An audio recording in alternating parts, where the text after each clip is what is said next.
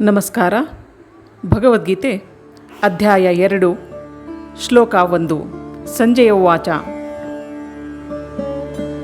ತಂ ತಥಾ ಕೃಪಯಾವಿಷ್ಟಮಶ್ರು ಪೂರ್ಣಾ ಕುಲೇಕ್ಷಣಂ ವಿಷೀದಂತಮಿದಂ ವಾಕ್ಯಮುವಾಚ ಮಧುಸೂದನಃ. ಅನುವಾದ. ಸಂಜಯನು ನುಡಿದನು. ಕರುಣೆಯಿಂದ ತುಂಬಿ ವಿಷಣ್ಣ ಮನಸ್ಕನಾಗಿ ಕಂಬನಿ ತುಂಬಿದ ಅರ್ಜುನನನ್ನು ನೋಡಿ ಮಧುಸೂದನನಾದ ಕೃಷ್ಣನು ಹೀಗೆ ಹೇಳಿದನು. ಭಾವಾರ್ಥ: ಲೌಕಿಕ ಅನುಕಂಪ, ದುಃಖ ಮತ್ತು ಕಂಬನಿ ಇವೆಲ್ಲ ಆತ್ಮದ ಬಗ್ಗೆ ಅಜ್ಞಾನದ ಲಕ್ಷಣಗಳು. ಅಮರವಾದ ಆತ್ಮದ ಬಗ್ಗೆ ಅನುಕಂಪವಿರುವುದೇ ಆತ್ಮ ಸಾಕ್ಷಾತ್ಕಾರ. ಈ ಶ್ಲೋಕದಲ್ಲಿ ಮಧುಸೂದನ ಎನ್ನುವ ಪದ ಮಹತ್ವದ್ದು. ಶ್ರೀಕೃಷ್ಣನು ಮಧುವೆನ್ನುವ ರಾಕ್ಷಸನನ್ನು ಕೊಂದಿದ್ದ.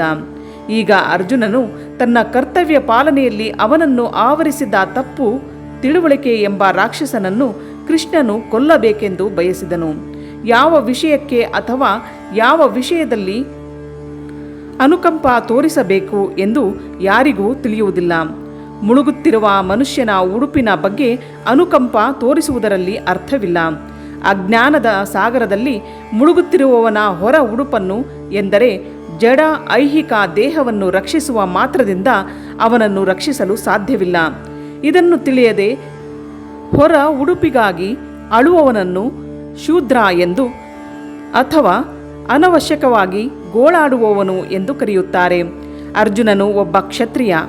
ಅವನಿಂದ ಇಂತಹ ನಡವಳಿಕೆಯನ್ನು ನಿರೀಕ್ಷಿಸುವುದಿಲ್ಲ. ಆದರೆ ಶ್ರೀಕೃಷ್ಣನು ಅಜ್ಞಾನಿಯ ದುಃಖವನ್ನು ಚದುರಿಸಿಬಿಡಬಲ್ಲ. ಈ ಉದ್ದೇಶಕ್ಕಾಗಿಯೇ ಅವನು ಭಗವದ್ಗೀತೆಯನ್ನು ಹೇಳಿದ್ದು. ಈ ಅಧ್ಯಾಯವು ಪರಮಾಧಿಕಾರಿಯಾದ ಶ್ರೀಕೃಷ್ಣನು ವಿವರಿಸಿದಂತೆ ಜಡದೇಹದ ಮತ್ತು ಆತ್ಮದ ವಿಶ್ಲೇಷಣಾತ್ಮಕ ಅಧ್ಯಯನದಿಂದ ನಮಗೆ ಆತ್ಮ ಸಾಕ್ಷಾತ್ಕಾರದ ವಿಷಯವನ್ನು ತಿಳಿಸಿಕೊಡುತ್ತದೆ. ಕರ್ಮ ಫಲದಲ್ಲಿ ಆಸಕ್ತಿ ಇಲ್ಲದೆ ಕೆಲಸ ಮಾಡುತ್ತಾ ಆತ್ಮದ ಕಲ್ಪನೆಯಲ್ಲಿ ದೃಢವಾಗಿ ನೆಲೆಗೊಂಡಿದ್ದರೆ ಮಾತ್ರ ಈ ಸಾಕ್ಷಾತ್ಕಾರವು ಸಾಧ್ಯ. ಶ್ಲೋಕ 2.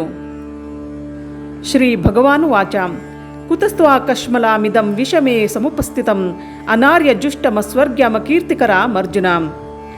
ಅನುವಾದ. ದೇವೋತ್ತಮ ಪರಮ ಪುರುಷನು ಹೇಳಿದನು, ಪ್ರಿಯ ಅರ್ಜುನ, ಈ ಕಶ್ಮಲವು ನಿನಗೆ ಹೇಗೆ ಬಂದಿತು? ಬದುಕಿನ ಮಹತ್ವವನ್ನು ತಿಳಿದ ಮನುಷ್ಯನಿಗೆ ಈ ಕಶ್ಮಲವು ಭೂಷಣವಲ್ಲ, ಅನಾರ್ಯವಾದದ್ದು. ಇಂತಹ ಕಶ್ಮಲವು ಸ್ವರ್ಗಕ್ಕೆ ಕೊಂಡೊಯ್ಯುವುದಿಲ್ಲ, ಅಪಕೀರ್ತಿಗೆ ಕಾರಣವಾಗುತ್ತದೆ. ಭಾವಾರ್ಥ: ಕೃಷ್ಣನು ದೇವೋತ್ತಮ ಪರಮ ಪುರುಷನು, ಅಭಿನ್ನ. ಆದುದರಿಂದಲೇ ಗೀತೆಯ ಉದ್ದಕ್ಕೂ ಶ್ರೀಕೃಷ್ಣನನ್ನು ಭಗವಾನ್ ಎಂದೇ ಕರೆಯಲಾಗಿದೆ. ಭಗವಾನನು ಪರಮ ಸತ್ಯದಲ್ಲಿ ಅಂತಿಮ. ಪರಮ ಸತ್ಯದ ಸಾಕ್ಷಾತ್ಕಾರವು ತಿಳುವಳಿಕೆಯ 3 ಅವಸ್ಥೆಗಳಲ್ಲಿ ಬರುತ್ತದೆ. ಈ 3 ಅವಸ್ಥೆಗಳೆಂದರೆ ಬ್ರಹ್ಮನ್ ಅಥವಾ ನಿರಾಕಾರವಾದ ಸರ್ವವ್ಯಾಪಿಯಾದ ಆತ್ಮ, ಪರಮಾತ್ಮ ಅಥವಾ ಎಲ್ಲ ಜೀವಿಗಳ ಹೃದಯಗಳಲ್ಲಿ ನೆಲೆಸಿರುವ ಅಂತರ್ಯಾಮಿಯಾದ ಪರಮಾತ್ಮ, ಮೂರನೆಯದಾಗಿ ಭಗವಾನ್ ಅಥವಾ ದೇವೋತ್ತಮನಾದ ಪರಮಪುರುಷ ಶ್ರೀಕೃಷ್ಣ. ಶ್ರೀಮದ್ಭಾಗವತದಲ್ಲಿ ಪರಮ ಸತ್ಯದ ಈ ಕಲ್ಪನೆಯನ್ನು ಹೀಗೆ ವಿವರಿಸಿದೆ. ವದಂತಿ ತತ್ವವಿದಸ್ ತತ್ವಂ ಯಜ್ ಜ್ಞಾನಮದ್ವಯಂ ಬ್ರಹ್ಮೇತಿ ಪರಮಾತ್ಮೇತಿ ಭಗವಾನಿತಿ ಶಬ್ದತೆ. ಪರಮ ಸತ್ಯವನ್ನು ಸಾಕ್ಷಾತ್ಕಾರ ಮಾಡಿಕೊಳ್ಳುವವನಿಗೆ ತಿಳುವಳಿಕೆಯ 3 ಅವಸ್ಥೆಗಳಲ್ಲಿ ಪರಮ ಸತ್ಯದ ಅರಿವಾಗುತ್ತದೆ. ಆ 3 ಒಂದೇ. ಪರಮ ಸತ್ಯದ ಈ ಅವಸ್ಥೆಗಳನ್ನು ಬ್ರಹ್ಮನ್, ಪರಮಾತ್ಮ ಮತ್ತು ಭಗವಾನ್ ಎಂದು ಕರೆಯುತ್ತಾರೆ. ಈ 3 ದೈವಿ ಮುಖಗಳನ್ನು ಸೂರ್ಯನ ಸಾದೃಶ್ಯದಿಂದ ವಿವರಿಸಬಹುದು. ಸೂರ್ಯನಿಗೂ 3 ಮುಖಗಳು: ಸೂರ್ಯಪ್ರಕಾಶ, ಸೂರ್ಯನ ಮೇಲ್ಮೈ ಮತ್ತು ಸೂರ್ಯಗ್ರಹ. ಸೂರ್ಯಪ್ರಕಾಶವನ್ನು ಅಧ್ಯಯನ ಮಾಡುವವನು ಪ್ರಾರಂಭದ ಘಟ್ಟದ ವಿದ್ಯಾರ್ಥಿ. ಸೂರ್ಯನ ಮೇಲ್ಮೈಯನ್ನು ಅರ್ಥ ಮಾಡಿಕೊಳ್ಳಬಲ್ಲವನು ಇನ್ನೂ ಮುಂದಕ್ಕೆ ಹೋಗಿದ್ದಾನೆ. ಸೂರ್ಯಗ್ರಹವನ್ನು ಪ್ರವೇಶಿಸಬಲ್ಲವನು ಅತ್ಯಂತ ಪ್ರಬುದ್ಧನಾದವನು. ಸೂರ್ಯಪ್ರಕಾಶವನ್ನಷ್ಟೇ ಎಂದರೆ ಅದರ ಸರ್ವವ್ಯಾಪಕತ್ವ ಮತ್ತು ನಿರಾಕಾರ ಸ್ವಭಾವದ ಕೋರೈಸುವ ಪ್ರಕಾಶವನ್ನಷ್ಟೇ ತಿಳಿದುಕೊಂಡು ತೃಪ್ತಿಪಡುವ ವಿದ್ಯಾರ್ಥಿಗಳಿದ್ದಾರೆ. ಇವರನ್ನು ಪರಮಸತ್ಯದ ಬ್ರಹ್ಮನ್ ಸ್ವರೂಪವನ್ನಷ್ಟೇ ಸಾಕ್ಷಾತ್ಕಾರ ಮಾಡಿಕೊಳ್ಳುವವರಿಗೆ ಹೋಲಿಸಬಹುದು. ಇನ್ನೂ ಮುಂದೆ ಹೋದ ವಿದ್ಯಾರ್ಥಿಯು ಸೂರ್ಯ ಮಂಡಲವನ್ನು ಅರ್ಥ ಮಾಡಿಕೊಳ್ಳಬಲ್ಲ. ಇದನ್ನು ಪರಮಸತ್ಯದ ಪರಮಾತ್ಮ ಸ್ವರೂಪಕ್ಕೆ ಹೋಲಿಸುತ್ತಾರೆ. ಸೂರ್ಯಗ್ರಹದ ಹೃದಯವನ್ನು ಒಳಹೋಗಬಲ್ಲ ವಿದ್ಯಾರ್ಥಿಯನ್ನು ಪರಮ ಸತ್ಯದ ಸಾಕಾರ ಸ್ವರೂಪವನ್ನು ಸಾಕ್ಷಾತ್ಕಾರ ಮಾಡಿಕೊಂಡವರಿಗೆ ಹೋಲಿಸಬಹುದು. ಆದುದರಿಂದ ಎಲ್ಲ ಅಭ್ಯಾಸಿಗಳು ಪರಮ ಸತ್ಯ ಎನ್ನುವ ಒಂದೇ ವಿಷಯವನ್ನು ಅಧ್ಯಯನ ಮಾಡುತ್ತಿದ್ದರೂ ಭಕ್ತರು ಎಂದರೆ ಪರಮ ಸತ್ಯದ ಭಗವಾನ್ ಸ್ವರೂಪವನ್ನು ಸಾಕ್ಷಾತ್ಕಾರ ಮಾಡಿಕೊಂಡಿರುವ ದಿವ್ಯವಾದಿಗಳು, ದಿವ್ಯವಾದಿಗಳಲ್ಲೇ ಅತಿ ಶ್ರೇಷ್ಠರಾದವರು, ಸೂರ್ಯನ ಪ್ರಕಾಶ, ಸೂರ್ಯಮಂಡಲ ಮತ್ತು ಸೂರ್ಯಗ್ರಹದ ಒಳ ಆಗು ಹೋಗುಗಳು ಇವುಗಳಲ್ಲಿ ಒಂದರಿಂದ ಇನ್ನೊಂದನ್ನು ಬೇರ್ಪಡಿಸಲು ಸಾಧ್ಯವಿಲ್ಲ. ಆದರೂ ಈ ಮೂರು ಅವಸ್ಥೆಗಳ ವಿದ್ಯಾರ್ಥಿಗಳೆಲ್ಲ ಒಂದೇ ವರ್ಗಕ್ಕೆ ಸೇರಿದವರಲ್ಲ. ಭಗವಾನ್ ಎನ್ನುವ ಸಂಸ್ಕೃತ ಪದವನ್ನು ವ್ಯಾಸದೇವರ ತಂದೆಯೂ ಅಧಿಕೃತವಾಗಿ ಹೇಳಬಲ್ಲವರೂ ಆದ ಪರಾಶರ ಮುನಿಗಳು ವಿವರಿಸಿದ್ದಾರೆ. ಎಲ್ಲ ಸಂಪತ್ತು, ಎಲ್ಲ ಶಕ್ತಿ, ಎಲ್ಲ ಕೀರ್ತಿ, ಎಲ್ಲ ಸೌಂದರ್ಯ, ಎಲ್ಲ ಜ್ಞಾನ, ಎಲ್ಲ ವೈರಾಗ್ಯವನ್ನು ಹೊಂದಿರುವ ಪರಮ ಪುರುಷನನ್ನೇ ಭಗವಾನ್ ಎಂದು ಕರೆಯುವುದು. ತುಂಬ ಶ್ರೀಮಂತರಾದವರು, ತುಂಬ ಬಲಶಾಲಿಗಳು, ತುಂಬ ಸುಂದರರು, ತುಂಬ ಕೀರ್ತಿಶಾಲಿಗಳು, ತುಂಬ ವಿದ್ವಾಂಸರು ಮತ್ತು ತುಂಬ ನಿರ್ಲಿಪ್ತರು ಆದ ಅನೇಕ ವ್ಯಕ್ತಿಗಳಿದ್ದಾರೆ. ಆದರೆ ನಾನು ಎಲ್ಲ ಸಂಪತ್ತು, ಎಲ್ಲ ಸಾಮರ್ಥ್ಯ ಮೊದಲಾದವನ್ನು ಸಂಪೂರ್ಣವಾಗಿ ಹೊಂದಿದ್ದೇನೆ ಎಂದು ಯಾರೂ ಹೇಳಿಕೊಳ್ಳುವಂತಿಲ್ಲ. ಕೃಷ್ಣನೊಬ್ಬ ಮಾತ್ರ ಹೀಗೆ ಹೇಳಿಕೊಳ್ಳಬಲ್ಲ. ಏಕೆಂದರೆ ಅವನು ದೇವೋತ್ತಮ ಪರಮಪುರುಷ. ಬ್ರಹ್ಮ, ಶಿವ ಅಥವಾ ನಾರಾಯಣ ಇವರೂ ಸೇರಿದಂತೆ ಯಾವ ವ್ಯಕ್ತಿಗೂ ಕೃಷ್ಣನಿಗಿರುವಷ್ಟು ಐಶ್ವರ್ಯಗಳಿಲ್ಲ. ಆದ್ದರಿಂದ ಬ್ರಹ್ಮ ಸಂಹಿತೆಯಲ್ಲಿ ಶ್ರೀಕೃಷ್ಣನು ದೇವೋತ್ತಮನಾದ ಪರಮಪುರುಷ ಎಂದು ಬ್ರಹ್ಮನೇ ನಿರ್ಣಯಿಸುತ್ತಾನೆ. ಯಾರೂ ಅವನಿಗೆ ಸಮಾನರಲ್ಲ. ಅವನನ್ನು ಮೀರಿಸುವವರು ಯಾರೂ ಇಲ್ಲ. ಅವನು ಅನಾದಿ ಪ್ರಭು ಅಥವಾ ಭಗವಾನ್. ಗೋವಿಂದ ಎಂದು ಅವನ ಹೆಸರು. ಎಲ್ಲ ಕಾರಣಗಳ ಪರಮ ಕಾರಣನೂ ಅವನೇ. ಶ್ಲೋಕ 3. ಕ್ಷೈಬ್ಯಮ್ಮಾಸ್ಮ ಗಮಃ ಪಾರ್ಥ ನೈತತ್ವಯು ಪಪದ್ಧತೆ ಕ್ಷುದ್ರಂ ಹೃದಯ ದೌರ್ಬಲ್ಯಂ ತ್ಯಕ್ತುವತಿಷ್ಠ ಪರಂತಪ. ಅನುವಾದ: ಪೃಥೆಯ ಮಗನಾದ ಪಾರ್ಥನೆ, ಷಂಡತನವನ್ನು ಹೊಂದಬೇಡ. ಇದು ನಿನಗೆ ಯೋಗ್ಯವಾದದ್ದಲ್ಲ. ಶತ್ರುಗಳಿಗೆ ತಾಪವನ್ನುಂಟು ಮಾಡುವವನೇ, ಈ ಹೃದಯ ದೌರ್ಬಲ್ಯವು ಕ್ಷುದ್ರವಾದದ್ದು. ಇದನ್ನು ಬಿಟ್ಟು ಮೇಲೇಳು. ಭಾವಾರ್ಥ: ಪೃಥೆಯು ಕೃಷ್ಣನ ತಂದೆ ವಾಸುದೇವನ ತಂಗಿ. ಅರ್ಜುನನನ್ನು ಕೃಷ್ಣನು ಪೃಥೆಯ ಮಗ ಎಂದು ಕರೆಯುತ್ತಾನೆ. ಅರ್ಜುನನು ಕೃಷ್ಣನು ರಕ್ತ ಸಂಬಂಧಿಗಳು. ಕ್ಷತ್ರಿಯನ ಮಗನಾದವನು ಯುದ್ಧ ವಿಮುಖನಾದರೆ ಅವನು ಹೆಸರಿನಲ್ಲಷ್ಟೇ ಕ್ಷತ್ರಿಯ. ಬ್ರಾಹ್ಮಣನ ಮಗನಾದವನು ಧರ್ಮಶ್ರದ್ಧೆ ಇಲ್ಲದೆ ನಡೆದುಕೊಂಡರೆ ಅವನು ಹೆಸರಿನಲ್ಲಷ್ಟೇ ಬ್ರಾಹ್ಮಣ. ಇಂತಹ ಕ್ಷತ್ರಿಯರು, ಬ್ರಾಹ್ಮಣರು ತಮ್ಮ ತಂದೆಯರ ಮಕ್ಕಳಾಗಲು ಯೋಗ್ಯರಲ್ಲ. ಅರ್ಜುನನು ಕ್ಷತ್ರಿಯನೊಬ್ಬನ ಅಯೋಗ್ಯ ಮಗನಾಗಬಾರದು ಎಂದು ಕೃಷ್ಣ ಬಯಸಿದ. ಅರ್ಜುನನು ಕೃಷ್ಣನ ಅತ್ಯಂತ ಆತ್ಮೀಯ ಗೆಳೆಯ. ರಥದಲ್ಲಿ ಕುಳಿತು ಕೃಷ್ಣನೇ ಅವನಿಗೆ ಮಾರ್ಗದರ್ಶನ ಮಾಡುತ್ತಿದ್ದ. ಈ ಎಲ್ಲ ಭಾಗ್ಯವಿದ್ದರೂ ಅರ್ಜುನನು ಯುದ್ಧ ಮಾಡಲು ನಿರಾಕರಿಸಿದರೆ ಅವನ ಕಾರ್ಯವು ಅಕೀರ್ತಿಕರವಾಗುವುದು. ಆದುದರಿಂದ ಕೃಷ್ಣನು ಇಂತಹ ವರ್ತನೆಯು ಅರ್ಜುನನ ವ್ಯಕ್ತಿತ್ವಕ್ಕೆ ಭೂಷಣವಲ್ಲ ಎಂದು ಹೇಳಿದ. ಪೂಜ್ಯರಾದ ಭೀಷ್ಮರು ಮತ್ತು ತನ್ನ ಬಂಧುಗಳ ವಿಷಯದಲ್ಲಿ ಉದಾರವಾಗಿ ನಡೆದುಕೊಂಡು ತಾನು ಯುದ್ಧ ಮಾಡುವುದಿಲ್ಲ ಎಂದು ಅರ್ಜುನನು ಹೇಳಬಹುದು. ಆದರೆ ಇಂತಹ ಔದಾರ್ಯವು ಹೃದಯ ದೌರ್ಬಲ್ಯವಷ್ಟೇ ಎಂದು ಕೃಷ್ಣನ ಭಾವನೆ.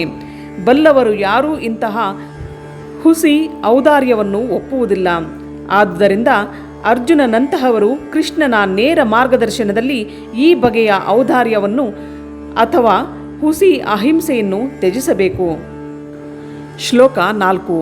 ಅರ್ಜುನ ಉವಾಚ: ಕಥಂ ಭೀಷ್ಮಮಹಂ ಸಂಖ್ಯೆ ದ್ರೋಣಂ ಚ ಮಧುಸೂದನ ಇಷುಭಿಃ ಪ್ರತಿಯೋತ್ಸಾಮಿ ಪೂಜಾರ್ಹ ವರಿಸೂದನ. ಅನುವಾದ: ಅರ್ಜುನನು ಕೇಳಿದನು, ಶತ್ರು ಸಂಹಾರಕನೇ, ಮಧುವನ್ನು ಕೊಂದವನೇ, ಪೂಜಾರ್ಹರಾದ ಭೀಷ್ಮ, ದ್ರೋಣ ಮೊದಲಾದವರನ್ನು ಯುದ್ಧದಲ್ಲಿ ಬಾಣಗಳಿಂದ ಹೇಗೆ ಒಡೆಯಲಿ? ಭಾವಾರ್ಥ: ಪಿತಾಮಹ ಭೀಷ್ಮರು, ಗುರು ದ್ರೋಣಾಚಾರ್ಯರು ಇಂತಹ ಹಿರಿಯರು ಯಾವಾಗಲೂ ಪೂಜಾರ್ಹರು. ಅವರೇ ಆಕ್ರಮಣ ಮಾಡಿದರೂ ಅವರ ವಿರುದ್ಧ ಅಸ್ತ್ರ ಪ್ರಯೋಗವನ್ನು ಮಾಡಬಾರದು. ಹಿರಿಯರೊಡನೆ ಮಾತಿನ ಕಾಳಗವೂ ಸಲ್ಲದು ಎನ್ನುವುದು ಯೋಗ್ಯವರ್ತನೆ. ಅವರು ಕೆಲವೊಮ್ಮೆ ಕಟುವಾಗಿ ನಡೆದುಕೊಂಡರೂ ಅವರ ಬಗೆಗೆ ಒರಟಾಗಿ ವರ್ತಿಸಬಾರದು. ಹೀಗಿರುವಾಗ ಅರ್ಜುನನು ಅವರ ಮೇಲೆ ಮರು ಅಸ್ತ್ರ ಪ್ರಯೋಗ ಮಾಡುವುದು ಹೇಗೆ ಸಾಧ್ಯ? ಕೃಷ್ಣನೇ ಎಂದಾದರೂ ತನ್ನ ತಾತ ಉಗ್ರಸೇನನ ಮೇಲಾಗಲಿ ಗುರು ಸಾಂದೀಪನಿ ಮುನಿಯ ಮೇಲಾಗಲಿ ಆಕ್ರಮಣ ಮಾಡುವನೇ? ಅರ್ಜುನನು ಕೃಷ್ಣನ ಮುಂದಿಟ್ಟ ಕೆಲವು ವಾದಗಳು ಇವು. ಶ್ಲೋಕ 5. ಗುರೂನ ಹತ್ವಾ ಹಿ ಮಹಾನುಭಾವಾನ್ ಶ್ರೇಯೋ ಭೋಕ್ತುಂ ಭೈಕ್ಷ್ಯಮಪೀಹ ಲೋಕೆ ಹತ್ವಾರ್ಥ ಕಾಮಾಂಸ್ತು ಗುರೂನಿಹೈವ ಭುಂಜೀಯ ಭೋಗಾನ್ ಹೃದಿನ ಪ್ರದಿಗ್ಧಾನ್.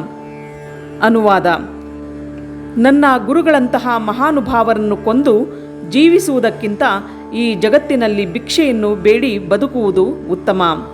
ಐಹಿಕ ಜೀವನದಲ್ಲಿ ಐಶ್ವರ್ಯವನ್ನು ಬಯಸುವೆನಾದರೂ ಅವರು ಗುರುಗಳು. ಅವರನ್ನು ಕೊಂದರೆ ನಾನು ಅನುಭವಿಸುವ ಎಲ್ಲ ಭೋಗಗಳಿಗೂ ರಕ್ತವು ಅಂಟಿಕೊಂಡಿರುತ್ತದೆ.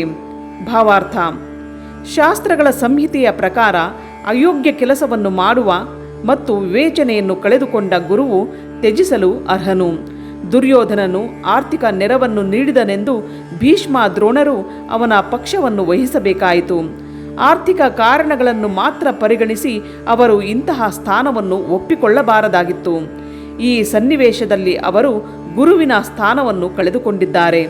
ಆದರೆ ಅರ್ಜುನನು ಹೀಗಾದರೂ ಅವರು ತನ್ನ ಗುರುಗಳು. ಅವರನ್ನು ಕೊಂದು ಭೋಗಗಳನ್ನು ಅನುಭವಿಸುವುದೆಂದರೆ ರಕ್ತ ಲೇಪಿತವಾದ ಯುದ್ಧ ಗಳಿಕೆಯನ್ನು ಸವಿದಂತೆ ಎಂದು ಭಾವಿಸುತ್ತಾನೆ. ಶ್ಲೋಕ 6. ನ ಚೈತದ್ವಿದ್ಮಃ ಕತರನ್ನೋ ಗರೀಯೋ ಯದ್ವಾ ಜಯೇಮ ಯದಿವಾನೋ ಜಯೇಯುಹು ಯಾನೇವ ಹತ್ವಾನ ಜಿಜೀವಿಷಾಮಸ್ ತೇ ವಸ್ಥಿತಃ ಪ್ರಮುಖೆ ಧಾರ್ತರಾಷ್ಟ್ರಾಹ. ಅನುವಾದ: ಅವರನ್ನು ಸೋಲಿಸುವುದು ಅಥವಾ ಅವರಿಂದ ಸೋಲುವುದು ಎರಡರಲ್ಲಿ ಯಾವುದು ಉತ್ತಮ ಎಂದು ನಮಗೆ ತಿಳಿಯದು. ನಾವು ಧೃತರಾಷ್ಟ್ರನ ಮಕ್ಕಳನ್ನು ಕೊಂದರೆ ನಮಗೆ ಜೀವಿಸಬೇಕೆಂಬ ಆಸೆ ಇರುವುದಿಲ್ಲ. ಆದರೂ ರಣರಂಗದಲ್ಲಿ ಅವರೆಲ್ಲ ನಮ್ಮ ಮುಂದೆ ನಿಂತಿದ್ದಾರೆ. ಭಾವಾರ್ಥ: ಯುದ್ಧ ಮಾಡುವುದು ಕ್ಷತ್ರಿಯನ ಕರ್ತವ್ಯವಾದರೂ ಯುದ್ಧ ಮಾಡಿ ಅನಗತ್ಯವಾದ ಹಿಂಸೆಯ ಸಾಧ್ಯತೆಗೆ ಎಡಕೊಡಬೇಕೇ ಅಥವಾ ಯುದ್ಧ ಮಾಡದೆ ಭಿಕ್ಷೆ ಬೇಡಿ ಬದುಕಬೇಕೆ ಎಂದು ಅರ್ಜುನನಿಗೆ ತಿಳಿಯದಾಯಿತು. ಅವನು ಶತ್ರುಗಳನ್ನು ಸೋಲಿಸದಿದ್ದಲ್ಲಿ ಜೀವನ ನಿರ್ವಹಣೆಗೆ ಭಿಕ್ಷುಕ ವೃತ್ತಿಯೊಂದೇ ಮಾರ್ಗ. ವಿಜಯದ ಭರವಸೆಯೂ ಇರಲಿಲ್ಲ. ಎರಡರಲ್ಲಿ ಯಾವ ಪಕ್ಷವಾದರೂ ಗೆಲ್ಲಬಹುದಾಗಿತ್ತು. ಅವರಿಗೆ ಜಯವು ಒಲಿದರೂ ಧೃತರಾಷ್ಟ್ರನ ಮಕ್ಕಳು ಯುದ್ಧದಲ್ಲಿ ಸತ್ತರೆ ಅವರಿಲ್ಲದೆ ಬದುಕುವುದು ತುಂಬ ಕಷ್ಟವಾಗುವುದು. ಇಂತಹ ಸ್ಥಿತಿಯಲ್ಲಿ ಪಾಂಡವರಿಗೆ ವಿಜಯವೂ ಒಂದು ಬಗೆಯ ಸೋಲೆ. ಅರ್ಜುನನ ಈ ಎಲ್ಲ ಅಂಶಗಳು ಅವನು ಭಗವಂತನ ಶ್ರೇಷ್ಠ ಭಕ್ತ ಮಾತ್ರವಲ್ಲದೆ ಅವನು ತಿಳುವಳಿಕೆಯುಳ್ಳವನು ಮತ್ತು ತನ್ನ ಮನಸ್ಸು ಹಾಗೂ ಇಂದ್ರಿಯಗಳ ಮೇಲೆ ವಿಶೇಷ ನಿಯಂತ್ರಣವುಳ್ಳವನು ಎಂಬುದನ್ನು ತೋರಿಸಿದವು. ಅವನು ರಾಜವಂಶದಲ್ಲಿ ಜನಿಸಿದ್ದರೂ ಭಿಕ್ಷೆ ಬೇಡಿ ಬದುಕಲು ಸಿದ್ಧನಾಗಿರುವುದು ನಿರ್ಲಿಪ್ತತೆಯ ಮತ್ತೊಂದು ಲಕ್ಷಣ. ಈ ಎಲ್ಲ ಗುಣಗಳೊಂದಿಗೆ ಅರ್ಜುನನು ತನ್ನ ಗುರು ಶ್ರೀಕೃಷ್ಣನ ಉಪದೇಶದ ವಚನಗಳಲ್ಲಿ ಪೂರ್ಣ ಶ್ರದ್ಧೆಯನ್ನು ಹೊಂದಿದ್ದನು. ಅವನು ನಿಜವಾಗಿಯೂ ಸದ್ಗುಣಿಯಾಗಿದ್ದನೆಂಬುದನ್ನು ಇದು ಸೂಚಿಸುತ್ತದೆ. ಅರ್ಜುನನು ಮುಕ್ತಿಗೆ ಅರ್ಹನೆಂದು ನಿರ್ಣಯಿಸಬಹುದು. ಇಂದ್ರಿಯ ಸಂಯಮವಿಲ್ಲದೆ ಜ್ಞಾನಪೀಠವನ್ನೇರುವುದು ಸಾಧ್ಯವಿಲ್ಲ. ಜ್ಞಾನ ಮತ್ತು ಭಕ್ತಿಗಳಿಲ್ಲದೆ ಮುಕ್ತಿ ಸಾಧ್ಯವಿಲ್ಲ. ಐಹಿಕ ಸಂಬಂಧಗಳಲ್ಲಿ ಅವನಿಗಿದ್ದ ಅಗಾಧ ಗುಣಗಳಲ್ಲದೆ ಅರ್ಜುನನು ಈ ಎಲ್ಲ ಗುಣಗಳಲ್ಲಿಯೂ ಸಮರ್ಥನಾಗಿದ್ದ. ಶ್ಲೋಕ 7. ಕಾರ್ಪಣ್ಯ ದೋಷೋಪಹತ ಸ್ವಭಾವ ಪೃಚ್ಛಾಮಿ ತ್ವಾಂ ಧರ್ಮ ಸಮ್ಮೂಢ ಚೇತಃ ಯಚ್ಚೇಯ ಸ್ಯಾನ್ನಿಶ್ಚಿತಂ ಬ್ರೂಹಿ ತನ್ಮೇ ಶಿಷ್ಯಸ್ತೇಹಂ ಶಾದೀಮಾಂ ತ್ವಾಂ ಪ್ರಪನ್ನಂ. ಅನುವಾದ: ಕಾರ್ಪಣ್ಯದ ದೌರ್ಬಲ್ಯದಿಂದ ನಾನೀಗ ನನ್ನ ಕರ್ತವ್ಯದ ಬಗ್ಗೆ ಗೊಂದಲದಲ್ಲಿದ್ದೇನೆ. ಚಿತ್ತಸ್ವಾಸ್ಥ್ಯವನ್ನು ಸಂಪೂರ್ಣವಾಗಿ ಕಳೆದುಕೊಂಡಿದ್ದೇನೆ. ಇಂತಹ ಸ್ಥಿತಿಯಲ್ಲಿ ನನಗೆ ಯಾವುದು ಶ್ರೇಯಸ್ಕರ ಎಂದು ನಿಶ್ಚಯವಾಗಿ ಹೇಳು. ನಾನೀಗ ನಿನ್ನ ಶಿಷ್ಯ ಮತ್ತು ನಿನಗೆ ಶರಣಾಗತನಾದ ಆತ್ಮ. ದಯೆ ಇಟ್ಟು ನನಗೆ ಮಾರ್ಗದರ್ಶನ ಮಾಡು. ಭಾವಾರ್ಥ: ಭೌತಿಕ ಚಟುವಟಿಕೆಗಳ ಸಂಪೂರ್ಣ ವ್ಯವಸ್ಥೆಯು ಪ್ರಕೃತಿಯ ರೀತಿಯಲ್ಲೇ ಎಲ್ಲರಿಗೂ ಗೊಂದಲವನ್ನುಂಟು ಮಾಡುತ್ತದೆ. ಹೆಜ್ಜೆ ಹೆಜ್ಜೆಗೂ ಗೊಂದಲ. ಆದ್ದರಿಂದ ಯಾರೇ ಆಗಲಿ ಬದುಕಿನ ಗುರಿಯನ್ನು ಸಾಧಿಸುವುದಕ್ಕೆ ಯೋಗ್ಯವಾದ ಮಾರ್ಗದರ್ಶನವನ್ನು ಮಾಡಬಲ್ಲ ಒಬ್ಬ ನಿಜವಾದ ಗುರುವಿನ ಬಳಿಗೆ ಹೋಗುವುದು ಉಚಿತವಾದದ್ದು. ನಾವು ಅಪೇಕ್ಷಿಸದೆಯೇ ಉಂಟಾಗುವ ಬದುಕಿನ ಗೊಂದಲಗಳಿಂದ ಪಾರಾಗುವುದಕ್ಕೆ ಒಬ್ಬ ನಿಜವಾದ ಗುರುವಿನ ಬಳಿಗೆ ಹೋಗಬೇಕೆಂದು ಎಲ್ಲ ವೈದಿಕ ಸಾಹಿತ್ಯವೂ ನಮಗೆ ಬೋಧಿಸುತ್ತವೆ. ಯಾರೂ ಉರಿ ಹೊತ್ತಿಸದೆಯೇ ಹೇಗೋ ಹೊತ್ತಿಕೊಂಡು ಪ್ರಜ್ವಲಿಸುವ ಕಾಡು ಕಿಚ್ಚಿನಂತೆ ಈ ಗೊಂದಲಗಳು. ಇದೇ ರೀತಿಯಲ್ಲಿ ಜಗತ್ತಿನ ಸ್ಥಿತಿ ಎಂತಹುದೆಂದರೆ, ನಮಗೆ ಗೊಂದಲ ಬೇಡವೆಂದರೂ ಬದುಕಿನ ಗೊಂದಲಗಳು ತಾವಾಗಿಯೇ ತಲೆದೋರುತ್ತವೆ. ಯಾರಿಗೂ ಬೆಂಕಿ ಬೇಡ, ಆದರೂ ಅದು ಹೊತ್ತಿಕೊಂಡು ಉರಿಯುತ್ತದೆ. ಇದರಿಂದ ನಮಗೆ ದಿಕ್ಕು ತೋರದಾಗುತ್ತದೆ. ಬದುಕಿನ ಗೊಂದಲಗಳನ್ನು ಪರಿಹಾರ ಮಾಡಿಕೊಳ್ಳಲು ಮತ್ತು ಪರಿಹಾರ ವಿಜ್ಞಾನವನ್ನು ತಿಳಿಯಲು ಗುರು ಶಿಷ್ಯ ಪರಂಪರೆಯಲ್ಲಿರುವ ಒಬ್ಬ ಗುರುವಿನ ಬಳಿಗೆ ಹೋಗಬೇಕೆಂದು ವೇದಗಳ ವಿವೇಕವಾಣಿ ಹೇಳುತ್ತದೆ. ನಿಜವಾದ ಗುರುವನ್ನು ಪಡೆದಿರುವ ಮನುಷ್ಯನಿಗೆ ಎಲ್ಲವೂ ತಿಳಿದಿರುತ್ತದೆ ಎಂದೇ ನಿರೀಕ್ಷಣೆ. ಆದ್ದರಿಂದ ಯಾರೇ ಆಗಲಿ ಐಹಿಕ ಗೊಂದಲಗಳಲ್ಲಿಯೇ ಉಳಿಯಬಾರದು, ಒಬ್ಬ ಗುರುವಿನ ಬಳಿಗೆ ಹೋಗಬೇಕು. ಇದೇ ಈ ಶ್ಲೋಕದ ಭಾವಾರ್ಥ. ಐಹಿಕ ಗೊಂದಲಗಳಲ್ಲಿ ಇರುವ ಮನುಷ್ಯ ಯಾರು? ಅವನು ಬದುಕಿನ ಸಮಸ್ಯೆಗಳನ್ನು ಅರ್ಥ ಮಾಡಿಕೊಳ್ಳದವನು. ಗೊಂದಲದಲ್ಲಿ ಸಿಕ್ಕ ಮನುಷ್ಯನನ್ನು ಬೃಹದಾರಣ್ಯಕ ಉಪನಿಷತ್ತಿನಲ್ಲಿ ಹೀಗೆ ವರ್ಣಿಸಿದೆ: ಯೋ ವಾ ಏತದ್ ಅಕ್ಷರಂ ಗಾರ್ಗಿ ಅವಿದಿತ್ವಾಸ್ಮಾಂ ಲೋಕಾತ್ ಪ್ರೈತಿಸಾ ಕೃಪಣಃ. ಮನುಷ್ಯನಾಗಿ ಬದುಕಿನ ಸಮಸ್ಯೆಗಳನ್ನು ಪರಿಹರಿಸಿಕೊಳ್ಳದೆ, ಆತ್ಮ ಸಾಕ್ಷಾತ್ಕಾರದ ವಿಜ್ಞಾನವನ್ನು ತಿಳಿದುಕೊಳ್ಳದೆ, ಬೆಕ್ಕುಗಳು ಮತ್ತು ನಾಯಿಗಳಂತೆ ಬದುಕಿ ಈ ಜಗತ್ತನ್ನು ಬಿಡುವವನು ಕೃಪಣ. ಜೀವಿಗೆ ಬದುಕಿನ ಈ ಮಾನವ ಸ್ವರೂಪವು ಅಮೂಲ್ಯವಾದ ಆಸ್ತಿ. ಬದುಕಿನ ಸಮಸ್ಯೆಗಳನ್ನು ಪರಿಹರಿಸಿಕೊಳ್ಳಲು ಈ ಸ್ವರೂಪವನ್ನು ಬಳಸಬಹುದು. ಆದ್ದರಿಂದ ಯಾವನು ಈ ಅವಕಾಶವನ್ನು ಸರಿಯಾಗಿ ಬಳಸಿಕೊಳ್ಳುವುದಿಲ್ಲವೋ ಅವನು ಕೃಪಣ.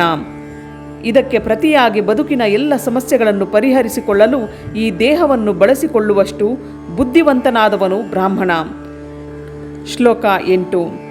ನ ಹಿ ಪ್ರಪಶ್ಯಾಮಿ ಮಮಾಪನೋದ್ಯಾತ್ ಯಚ್ಚೋಕ ಮುಚ್ಚೋಷಣಮಿಂದ್ರಿಯಾಣಾಂ ಅವಾಪ್ಯ ಭೂಮಾನ ಸಪತ್ನಂ ವೃದ್ಧಂ ರಾಜ್ಯಂ ಸುರಾಣಮಪಿ ಚಾಧಿಪತ್ಯಂ. ಅನುವಾದ: ನನ್ನ ಇಂದ್ರಿಯಗಳನ್ನು ಸೊರಗಿಸುತ್ತಿರುವ ಈ ದುಃಖವನ್ನು ಹೊಡೆದೋಡಿಸಲು ನನಗೆ ಮಾರ್ಗವೇ ಕಾಣುತ್ತಿಲ್ಲ.